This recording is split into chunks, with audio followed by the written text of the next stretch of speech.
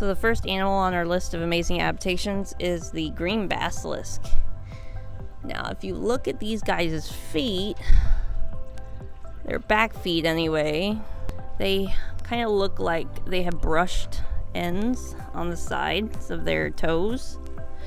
Those are actually fringes of skin that when they go into the water, they unfurl and creates an air pocket under their feet, giving them lift so that when they run across the water, they kind of run on those air pockets, and that takes them across the surface of the water. So that is why these guys are called Jesus Christ lizards, because they can literally walk, or more like run on water. Now, young basilisks like these guys, they can run about 10 to 20 meters over the surface of the water before they fall down. The adults, they can't run as far. They can only run a few meters before sinking down to the water because, of course, they weigh more. So, yeah, mostly the running depends on their speed, their size, their weight, and, of course, those fringed toes. Now, the next one is the chameleon in general. This little guy is a veiled chameleon. And if you take a close look at his feet, he's got 3 toes together on that one side, and then he's got 2 on the other. Now, their toes are arranged like this.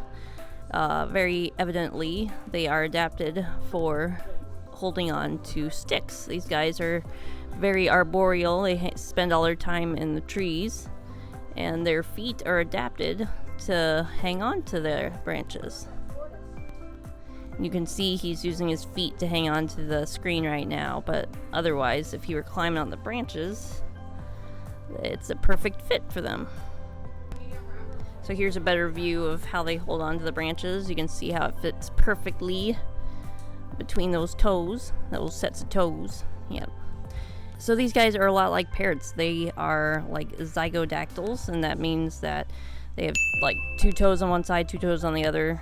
That's how it is in parrots. So these guys actually have something in common with parrots, except these guys have 3 toes on one side and 2 toes on the other. So just got more toes. Yeah. So he's hanging on with those toes. That's what they're there for.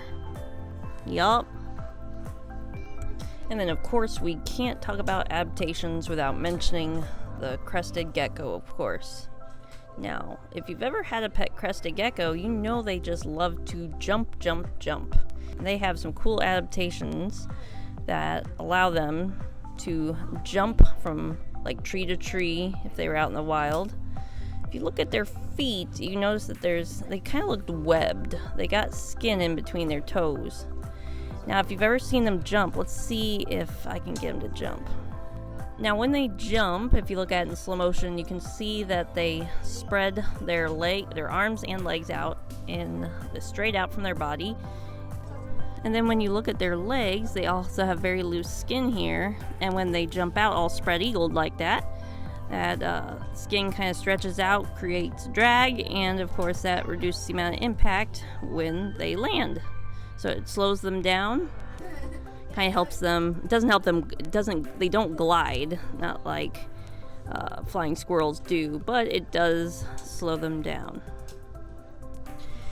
And then last but not least, we've got a little snoot down here, and that snoot belongs to a Kenyan samboa. Now these guys are adapted for living under the ground, and he's probably gonna panic a little bit. I'm going to try to show you his special snoot. Oh, he's going to stick it out even more.